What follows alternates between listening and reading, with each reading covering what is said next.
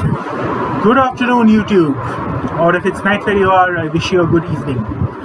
I want to start off by saying that yes, I know I've not been very consistent on this channel of late because of a number of factors. This is not the only platform on which I create content. This is one of the platforms, and I've also been writing on the side a couple of book reviews that I recently came across. And this is also a book review, but in video form. It's going to deal with this book, Silk and Song Trilogy by Stabenow, which is in this one volume edition right here. You can see that this is the spine. And I'm going to tell you how I came across this book first, and I'm going to just give you a very brief review of the book. So, I have a friend called Basu. Everyone calls him Basu, and he saw the cover of this book and gifted it to his friend Pious. Here is the cover for tax.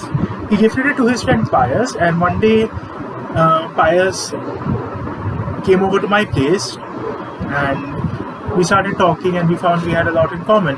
And then the next day I went over to Pious's place, just totally randomly went over there, and on the way out, I picked up a couple of books because he also borrowed a book of fairy tales from me. And he was like, yeah, it's cool if you take a few books with you.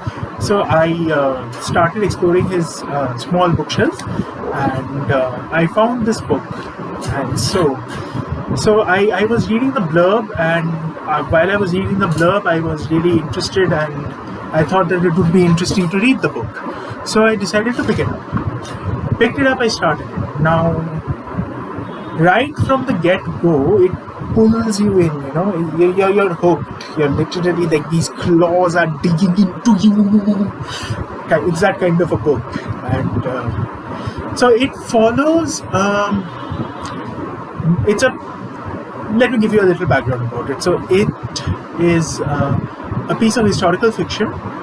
It follows the granddaughter of Marco Polo, who formed the Silk Route. He explored the Silk Route, and his granddaughter, she is born and raised in Kambaluk, and her foster brother is Joffer of Kambaluk.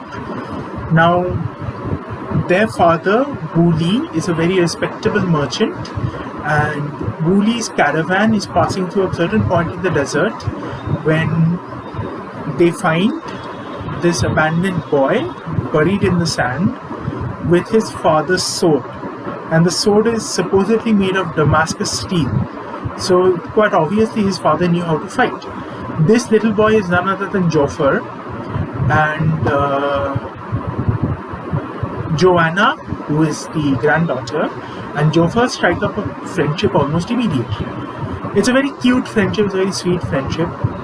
And then as the book progresses, Joffer is adopted by her family, and at the onset of this first book, there comes an event whereupon a conspiracy kills Woody, and his second wife despises Joanna, forcing Joanna to flee with a ragtag band of companions and join a caravan, and they set off on a wonderful adventure. Now, there is the singular character of Gokudo, a former samurai who wields a naginata, and he is incredibly interested in violating Joanna, and his lover is none other than the second wife of Woody, who wishes to have Woody's bow back. So, from what I understood from the book, a bow is basically what we would call a stamp. So, without that stamp of authority, it is not allowed for you to trade in goods. So, that bow is with Joanna, and she's taken to the desert with Gokudo in hot pursuit. That is the setting for the first book. And then in the middle of it all, towards the end of the first book, Gokudo is supposedly killed by something called the death of the carpet.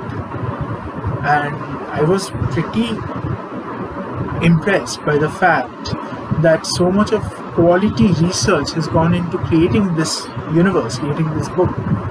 And to be honest, I was very, very keen to find out what happens next. So Joanna left Cambaluc with the intention of finding her grandfather, Marco Polo, who is in Venice. And Joffer came with them with the intention of finding his mother, whom all he knew was that she had been sold to a slave market. And so these two are the primary motivating factors that are driving. And they meet a couple of other people, Felicien the Frank and Firas the Assassin, and later on Alaric the Templar. And it turns out Alaric knew Joffer's father. He recognized his soul. And Joffer starts taking swordsmanship lessons from Firas and Alaric. Ultimately, in the third book, they do get to Venice, only to find that Marco Polo is on his deathbed and cannot see them. What follows next is a setup of trade routes and stuff. They start to sell their wares. Ultimately, the book takes you all the way from Cambaluc to London, where damn this mosquito, man, seriously. There's always a mosquito. There's always a mosquito. Anyway, so that is the basic book. I would like to comment on the narration. The narration is on spot. It is brilliantly written. At no point did I feel bored in the entire book. I wanted to go on reading. At one point, I was feeling sad that the book would end, so I stopped reading it, and I resumed it a couple of days later. And it is still with me. It is in my custody. It is safe with me. When I meet Pious next, I will give him the book, and I hope that I meet him soon.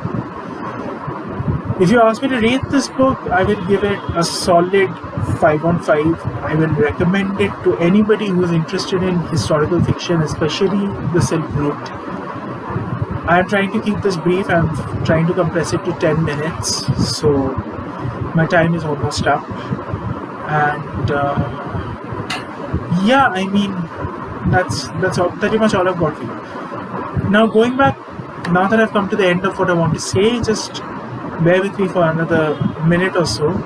I want to say that I will try to be more consistent with videos on this channel. It's just that of late it's been a bit of a pressurized situation for me, and I would also like to say that I'm taking a trip soon to the National Capital Region, and I hope to meet my friends there and hopefully go to the Dairaganj book markets, if that is how you pronounce it. We'll see what new treasures I pick up from there.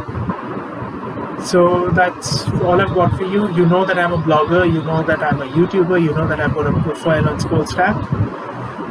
Do read this book, you won't be disappointed. It's called Silk and Song by Dana Stabenow. It deals with Marco Polo's granddaughter who embarks on a quest to find her grandfather after her parents are both killed. That's a plot summary for you. That's my 8-minute 30-second mark, and this is where I say so long, farewell,